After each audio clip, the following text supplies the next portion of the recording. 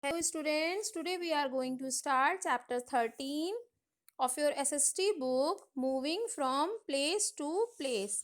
In this chapter, we will study about the different means of transportation and their benefits. Okay. So first of all, for the transportation, what we need?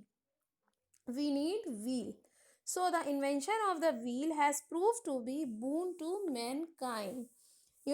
Invention of wheel is the very important invention in the life of the human beings, and it started the it started the transportation of people, of the things from one place to another. And now, what is the transportation? Transportation is the movement of people and goods from one place to another.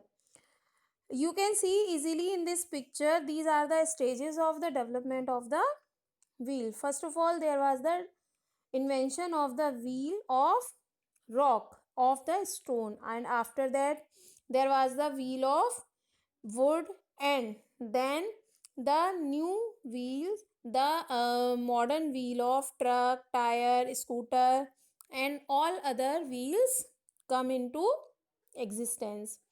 Now we will talk about the means of transportation. So there are basically three means of transportation: land, water, and air. And on land, roadways and railways are the two different means of transportation. Land transportation means the whenever any vehicle move on land, it is land transport, and the road transport is the transport transportation when we move on the road. Okay, so there are basically two types of roads: the pakka roads and the kacha roads. Pakka roads are found in cities and towns, and these are good for car, buses, auto rickshaw, scooter, cycle, and truck. And kacha roads are found on in rural areas, and as basically farmers use tractors and bullock carts, so these roads are good for tractors and bullock carts. And what is the railway? So railway is the important means of land transport, and Indian railway system is the largest railway system in Asia, and railway transport is the cheap and the fast means of transportation. That's why it is good means of transport, and any person or each and every people can move with the help of railway transportation, as this is very cheap, and we can carry heavy things and the bulky goods also with the help of railway transportation. Okay, now what is the water transport? So water transport is the oldest means of transport in India, and if we move any good or we move on ourselves by the water ways, this is the water transport.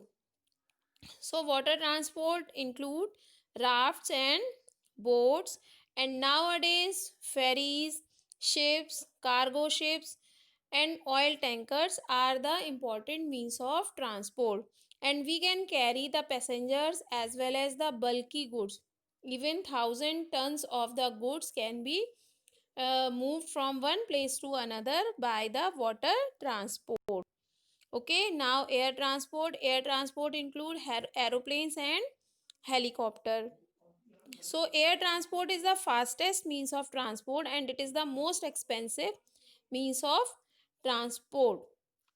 And major cities are having the air transport facility, but air transport facility is not available in each and every city and each and every town or village, and this is also very expensive. Now, animal drawn carts.